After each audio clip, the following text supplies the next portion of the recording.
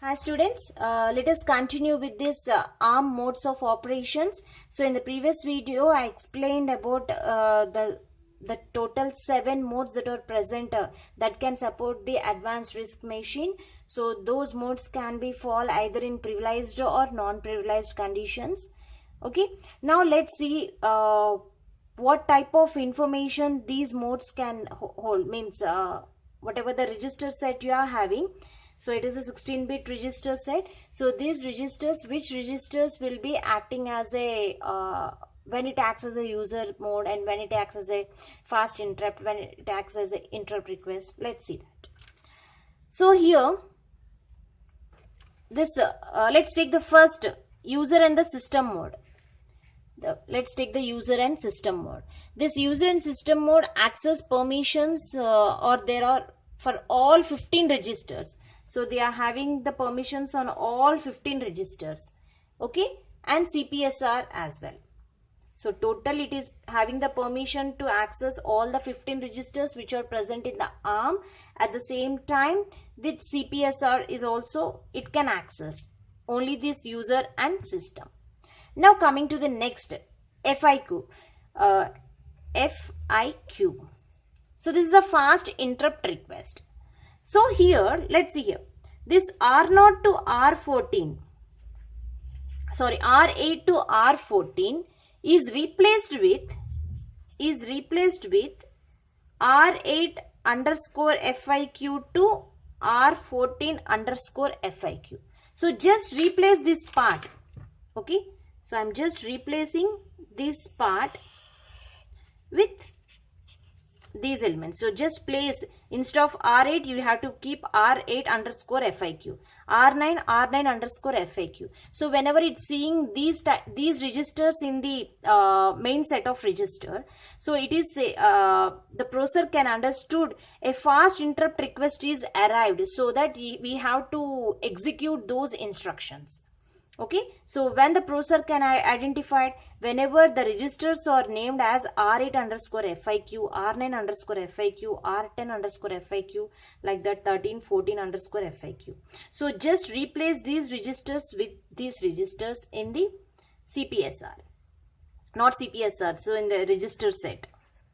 Let me write register set. So this is completely a register set which is present in the register bank. Okay, in the ARM architecture, you are having the register bank. So the register bank consisting of R0 to R15 registers. Okay, and having some 6 status registers will be present. So the status may be SPSR, some other registers. If you want, you can add in the future also. Okay, so these 16 registers. So in which mode the ALU can perform the operations, that can be decided by the register bank. Okay, suppose if R0 to R15 are there and CPSR is there, then we can simply say it is a user mode or it is in a system mode. So whenever it is in, if the controller jumps to the fast interrupt request, then it has to replace all these registers with these registers. So just replace R8 to R14 with these registers. Then the processor understood some fast interrupt request is arrived, so I need to perform the operation very quickly. So next, coming to the interrupt request. So this register set is replaced with the interrupt request when R13 to R15, means only these two parts. Just replace R13 with R13 underscore IRQ, R14 underscore IRQ. So whenever it sees this type of information, okay, so then the processor will understood some interrupt request is raised. Next, coming to the supervisor mode. Supervisor mode means just replace this 13 and 14. Only on 13 and 14 means the stack pointer and the link register has to be replaced. The special function register has to be replaced with these special registers. That is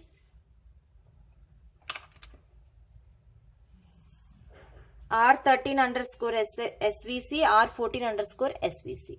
So next is undefined. So in the same way for the interrupt mode, this undefined is also R13 and R14 is replaced with R13 underscore SPR and undefined and undefined.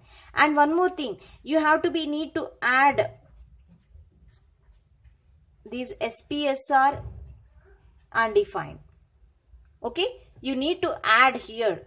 So whereas user and system will support only these 15 registers and CPSR, but whereas fast interrupt request, supervisor mode, undefined mode, abort mode, they also support SPSR also. Okay, so these all modes will support SPSR. SPSR means saved program status register.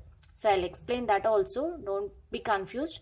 So the thing you have to be remembered that user and system mode will only supports R0 to R15 and CPSR.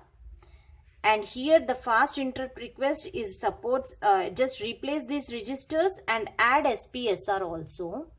Okay, interrupt request just replace these registers with these registers and add SPSR IRQ also. Add SPSR undefined. And the abort is also just replace the R13 and R14 with R13 underscore abort, R14 underscore abort, and place SPSR abort in the register. Okay, so what is SPSR? SPSR means saved program status register. S means saved program status register. So why we use this saved program register? This is especially meant for privileged modes of operations. So this is meant for privileged modes of operations. So there is an exception here also.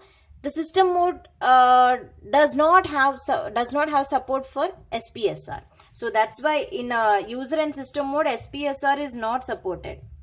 SPSR will not support in user and system. So for rest of them you just add the SPSR, but only for user and system mode SPSR will not support. So just remember that. So SPSR, the saved program status word, is used to hold the status of CPSR.